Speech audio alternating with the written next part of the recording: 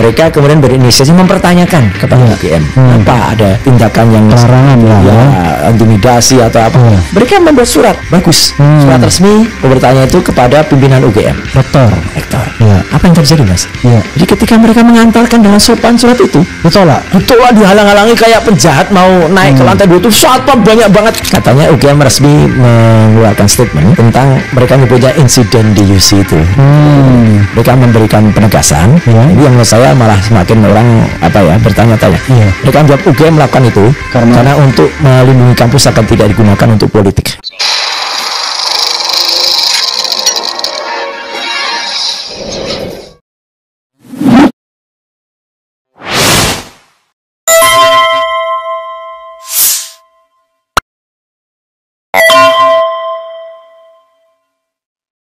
Kan Jogja itu kan luar biasa.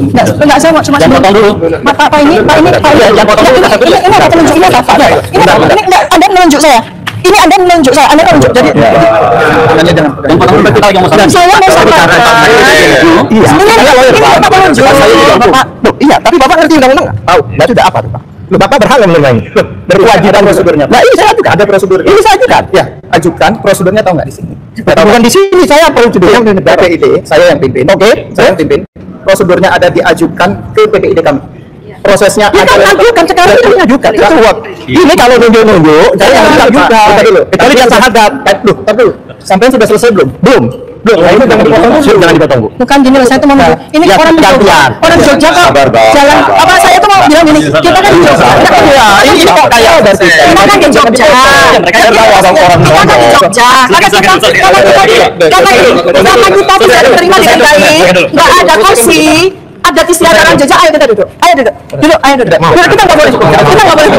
Sudah cukup, Pak. Sudah cukup. Sudah. Oke. Oleh sebab itu kami minta ini diterima dan tanda terima. Ya. Kita proses, Pak. Ada proses di sana. Jadi kita terima. Oke. Ada proses. Ya, silakan. Dan saya yang tanda tangan. Teman-teman dari itu, Mas. Silakan, Bapak. Acara itu masih ada kumannya loh. Ya. Jadi ketika itu sudah selesai, alhamdulillah kita soft launching sudah seperti yang sudah ada di RH juga kita nonton. Terima kasih, Mas. Esok paginya tanggal 19 kan saya sudah di Jakarta ya kemarin. Tapi Bang Resmond kemudian Dr. Tifa itu kan masih ada di Jogja. Mereka kemudian berinisiasi mempertanyakan kepada UGM apa ada tindakan yang larangan intimidasi atau apa. Mereka membuat surat bagus, surat resmi bertanya itu kepada pimpinan UGM, rektor. Apa yang terjadi, Mas? Jadi ketika mereka mengantarkan dengan sopan surat itu ditolak dihalang-halangi kayak penjahat mau naik ke lantai 2 itu satpam banyak banget. Itu loh, ada itu foto-fotonya. Oke. Itu belum sempat kita udah kita inikan juga ya. Iya. Jadi kan ini kan menurut saya kok UGM kayak gini ya gitu. Sedih banget. Sedih, Mas. Dan ini sebenarnya mirip dengan saya dulu nggak bisa membayangkan ya seorang dosen senior itu saya tulis juga di buku.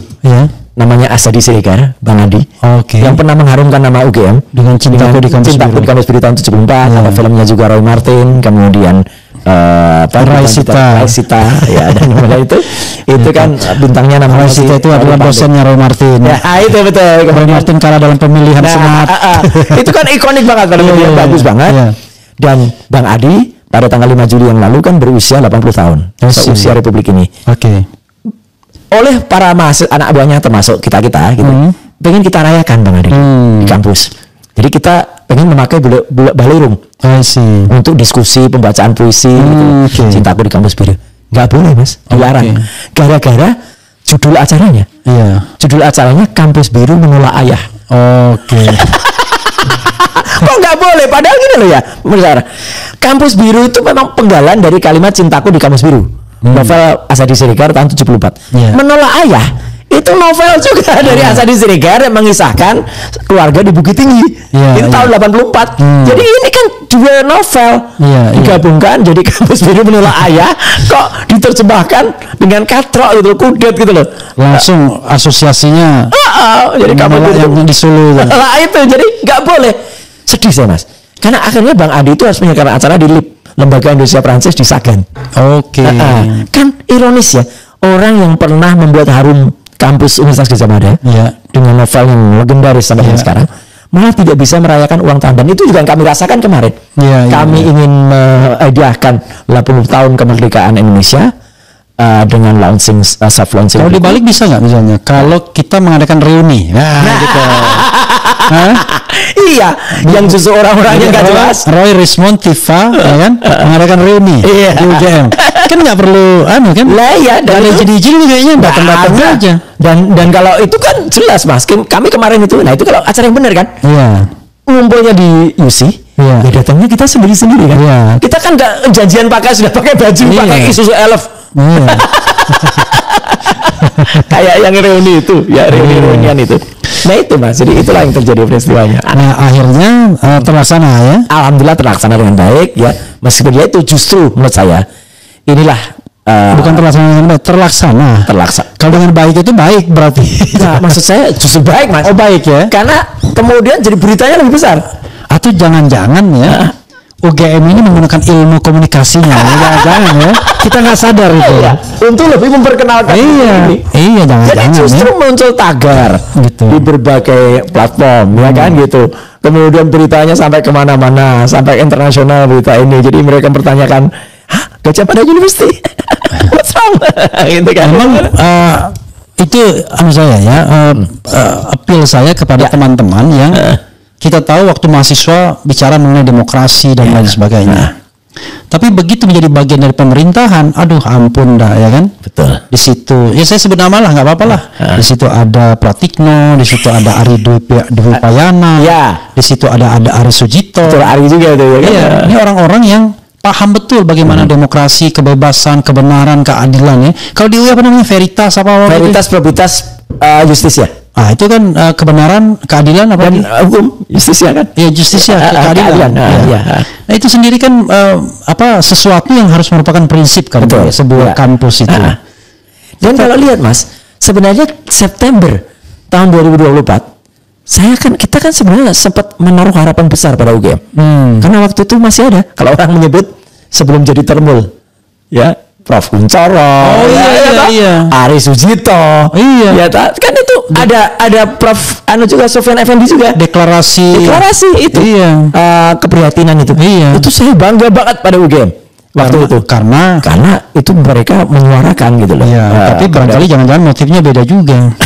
Sebagian pendukung Ganjar. Jadi justru ini warning bagi kita, kampus tidak boleh berpolitik. Itulah sebabnya. Itu sama dengan Anies kemarin diundang di seminar internasional di Fakultas Ekonomi. Dia bilang ini pertama kalinya saya diundang katanya. Bayangkan. Sebelumnya kan mau diundang tapi tidak boleh kan? Iya, selalu begitu kan. Iya. Sementara Jokowi bolak-balik ya kan? Bolak-balik. Jadi gitu. Ganjar dulu kalau masih ingat kampus kalau berpolitik tuh, saya kemudian juga membaca kemarin katanya UGM resmi mengeluarkan statement tentang mereka nyebutnya insiden di UC itu. Mereka memberikan penegasan. Ini yang menurut saya malah semakin orang bertanya-tanya. Mereka menjawab UGM melakukan itu karena untuk melindungi kampus akan tidak digunakan untuk politik. Ya itu statementnya Ari Sujito. Dia nggak paham tuh namanya politik dan pencarian kebenaran itu.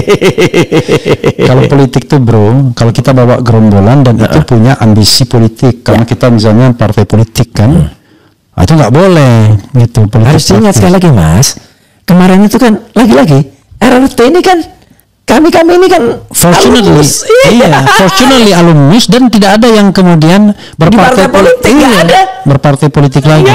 Jadi kalau Mas Roy masih di partai politik, orang beda ceritanya. Iya, mengatakan nggak bisa dong, Anda kan nggak independen. Betul. Dan tuduhan dari orang besar berwarna biru itu bisa jadi. Enggak, sudah 5 tahun saya nggak di partai, dan kemudian sudah nggak ada hubungan sama sekali, kok tiba-tiba masih dituduh itu. Jadi ya konyol menurut saya. Jadi tidak berpolitik itu adalah tidak terlibat dalam kontestasi kekuasaan. Harusnya kan begitu kan? Betul. Atau tidak berpolitik praktis dengan masuk sebagai anggota partai politik. Mas, setiap kali misalnya UGM khususnya kampus saya, Visipol menyelenggarakan acara diskusi buku, bisa di UC. Ya isinya politik pasti. Makanya saya juga bingung ya. Sebenarnya berhenti itu. Kampus itu tidak boleh berpolitik praktis. Karena politik itu kan manusia itu zone politik gitu. Apalagi fakultas ilmu sosial dan ilmu politik. gitu. Politik praktis itu dua hal penandanya, yaitu masuk menjadi anggota partai politik, yang kedua ikut kontestasi politik. Itulah yang namanya berpolitik. Dan apakah ya ini tergantung penilaian masyarakat atau pemirsa Era Channel ya. Ya UGM kan jelas-jelas juga gitu, kelihatan banget gitu loh. Iya, berpihak aja gitu. Itu yang saya kritik. Ya, saya kritik kepada Pratikno, Hari Dwi Payana, Hari Sujito. Jadi ketika kayaknya Jokowi sengaja karena dia ini tidak di backup oleh partai politik, dia tidak di backup oleh militer secara langsung, polisi dan lain sebagainya. Sebelumnya kan siapa dia? Kelihatannya dia untuk mencari legitimasi itu seolah-olah di backup oleh kampus besar bernama UGM, kan begitu ya? Mengesankan begitu. Awalnya UGM bangga. Wah, udah presiden. Udah presiden. Tapi memang keterlibatan UGM itu sudah lama Mas kalau mau kita bongkar. Ya. Contohnya adalah ketika di keluarga alumni Gajah Mada. Ya kan dulu yang namanya AD dan ART agama. Sebelum tahun 2014 dan disahkan 2015. Yang namanya alumni itu harus lulus. Ya kan, tapi mendadak pada saat perubahan itu di tahun 2014 yang ketua umumnya nggak boleh kita sebut Ganjar ya. Dan presidennya juga nggak boleh kita sebut waktu itu Mulyono gitu. Di pasal 9 diubah kriteria itu dia AD dan ART itu, bahwa pasal 9 itu orang yang disebut alumni itu adalah orang yang pernah kuliah. Jadi sehari aja kuliah itu alumni. Meskipun katanya beberapa kampus lain juga begitu. Tapi kalau saya seperti gimana kalau seandainya kita misalnya cuma short course apa di sana kan, masa dianggap sebagai alumni juga? Makanya banyak Mas. Salah satu narasumber yang kemarin debat dengan saya juga kan Bang Gopol, saya UGM. Banyak orang, ini terus terang ya, saya tidak mengecilkan orang yang kuliah lanjutan. Tapi kan banyak yang dari S1-nya nggak jelas deh. Tiba-tiba kemudian seperti mensucikan diri ketika ngambil S2 dan karena S2 di UI gitu loh. Karena mereka BHMN atau sekarang apa? Apa itu namanya? Ya. Mereka perlu mencari fundraising sendiri. Betul, dan itu beda banget dengan kalau S1 UGM gitu loh. Jadi kalau S1-nya UGM dari awal mereka, dan meskipun sekarang juga ada jalur-jalur selain masuk melalui SNMPTN ya, SNMPTN. Kalau sekarang kan itu. Kalau dulu kan zaman kita si Penaru. Zaman apa dulu? Si Penaru ya. UMPTN ya. Itu. Sebelumnya dulu kan ada proyek perintis. Sebelumnya lagi ada Skasu. Nah, itu kalau yang S1 ya itu benar-benar murni dia gitu loh. Makanya ya saya mengatakan oke lah, boleh-boleh saja lah orang itu. Itu sama dengan kemampuan berbahasa Inggris kalau S2, S3 dan S1. Kalau kita S2, S3 masih belepotan. Tapi kalau S1-nya di Amerika udah pasti bagus bahasa Inggris. Karena mereka berinteraksi langsung. Jadi ya namanya character building itu terbentuk. Kerjasama, leadership dan lain sebagainya. Tapi kalau sudah S2, S3 Anda soliter. Bahkan bisa jadi kampus jarak jauh. Ya kan nggak pernah menginjak UGM, tiba-tiba langsung ujian disertasi. Banyak kayak gitu, dan itu maaf, bukan hanya UGM ya. Semua kampus lain juga mengalami itu. Jadi banyak orang yang kalau orang nyebut mensucikan diri. Itu kan ada kemarin juga yang kita nggak mau nyebut dia terpidana yang belum dia. Itu kan sama, itu kan kampus pertamanya kan sudah ditutup. Saya nggak tahu malah. Kampus apa ya? Universitas Wira Swasta Indonesia. Kata Prof Mahfud. Makanya Prof Mahfud, ini kata Prof Mahfud ya, saya nggak bohong, mengatakan ya orang kalau mau kuliah itu kan bisa aja di universitas terbuka, jangan di universitas tertutup. Maksudnya universitas yang boleh ditutup. Nggak salah aja karena mirip-mirip UI kan singkatannya kan. UI. Dan dia habis dari situ ditutup. Jangan dipikirnya Universitas Jokowi UI. Dan akhirnya dia kan kayak quote and quote ya naik kelas lah gitu ketika masuk S2 di Prasetya Mulia kalau nggak salah. Nah itulah. Tapi ya itulah kita nggak usah ngomongin dia lagi lah gitu. Mas Roy, ini luar biasa perbincangan kita. Prosesor Mas. Baik. Jadi sekali lagi karena kata diawali dengan pemeriksaan, ya saya hanya berharap petugas penyidik atau petugas kepolisian tepatnya khususnya di Polda Metro tetap bisa profesional dalam menjalani tugasnya, lakukan sebaik-baiknya, jangan kemudian melakukan apa yang hanya diperintahkan, ya kalau itu memang tidak benar ya. Anda memegang posisi yang sangat kuat ya sebagai seorang aparat negara yang wajib menjalankan undang-undang dengan benar ya, dengan kemudian tidak lepas dari aturan hukum yang harusnya ada.